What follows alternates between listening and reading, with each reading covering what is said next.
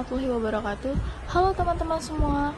Kali ini kita sedang berada di sekitar gedung tertinggi di Universitas Muhammadiyah Mataram, yaitu gedung Fakultas Ilmu Kesehatan. Dimana kalau kita lihat secara sekilas, gedung ini pasti memiliki struktur yang tahan akan gempa. Selanjutnya, untuk mengetahui lebih dalam lagi pengetahuan kita tentang bangunan tahan gempa, kali ini kita akan coba cari tahu kira-kira ada nggak ya instrumen atau media pendukung untuk mendesain bangunan yang akan tahan gempa. Let's go! Halo teman-teman, kita dari kelompok D2 Fakultas Teknik Sipil.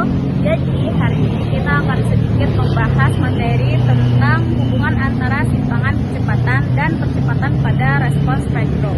Stay tune! Assalamualaikum warahmatullahi wabarakatuh. Teman-teman semuanya, kami dari kelompok D2 akan mempresentasikan tugas dari kelompok kami, yaitu tugas teknik gempa tentang hubungan antara simpangan kecepatan dan percepatan pada respons spektrum. Oke teman-teman, sebelum masuk ke materi intinya, terlebih dahulu kita harus mengetahui apa yang dimaksud dengan SDOF atau Single Degree of Freedom dalam analisis dinamika struktur, terutama dalam konteks respons spektrum gempa.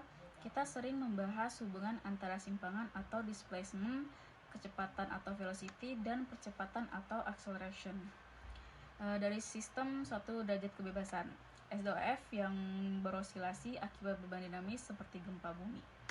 Oke, itu sedikit penjelasan mengenai SDOF.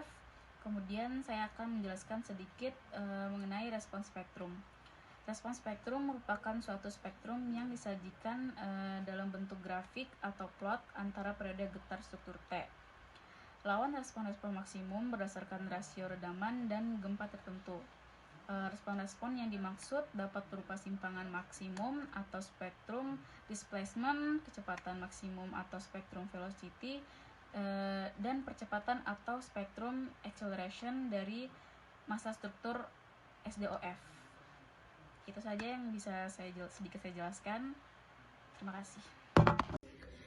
Hubungan dasar antara simpangan, kecepatan, dan percepatan dalam sistem dinamis, hubungan ketiganya secara matematis dijabarkan dari turunan terhadap waktu. Simpangan dalam kurung displacement sama dengan U dalam kurung T, kecepatan dalam kurung velocity sama dengan U dalam kurung T sama dengan DU dalam kurung T per dt. Percepatan dalam kurung acceleration sama dengan U dalam kurung T sama dengan D kuadrat U dalam kurung T per dt kuadrat. Model sistem SDOF Single Degree of Freedom. Model sistem SDOF terdiri dari massa, redaman, dan kekakuan. Persamaan gerak untuk sistem ini adalah MU dalam kurung T plus CU dalam kurung T plus KU dalam kurung T sama dengan min MU G dalam kurung T, di mana UG dalam kurung T percepatan tanah akibat gempa, U dalam kurung T respons relatif sistem terhadap dasar yang bergerak. Selanjutnya kita akan membahas tentang respons spektrum. Respons spektrum menunjukkan respon maksimum dalam bentuk simpangan, kecepatan, atau percepatan dari sistem SDOF terhadap percepatan tanah sebagai fungsi dari periode alami atau frekuensi alami dan rasio redaman. Ada 3 jenis utama spektrum, yaitu spektrum simpangan, spektrum percepatan, dan spektrum kecepatan.